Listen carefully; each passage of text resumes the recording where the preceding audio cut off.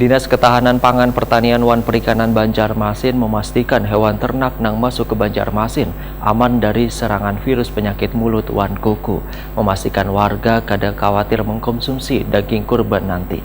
Maka dilakukan berbagai upaya terkait penanganan hewan ternak tersebut, diantaranya memeriksa kesehatannya.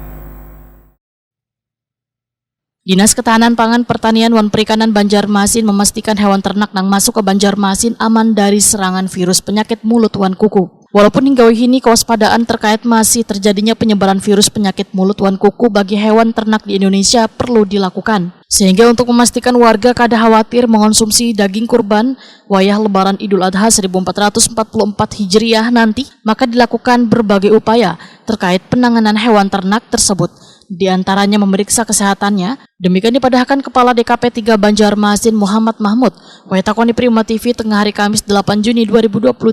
Muhammad Mahmud menyatakan setiap hewan ternak yang didatangkan dari berbagai daerah di Indonesia dimasukkan terlebih dahulu ke rumah pemotongan hewan di Jalan Tembus Mantuil, Banjarmasin Selatan. Namun sebelumnya ada berbagai proses yang dilakukan, mulai dari pemberian vaksinasi serta melakukan pemeriksaan pada hewan ternak. Bila didapati hewan ternak yang kada sehat, maka langsung dikarantina selama 3 hari di Balai Karantina DKP 3 Banjarmasin.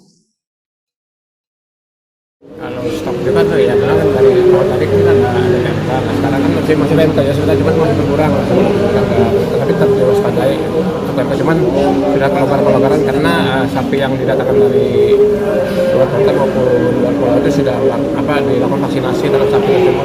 Kalau dari luar pulau itu kan di tempat daerah sapi itu sudah dilakukan vaksinasi, juga karantina juga ada hasil lab yang sampaikan kita untuk kalsium masuk kalsium kemudian juga kalau sudah sampai di vaksin itu kan dilakukan oleh balai karantina juga karantina selama 3 hari baru disampaikan ke LPH nanti di.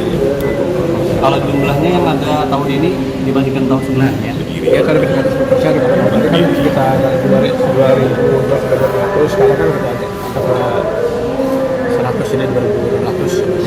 Mudah-mudahan ya cukupin peningkatan kan sapi-sapi masih terus berdatangan dari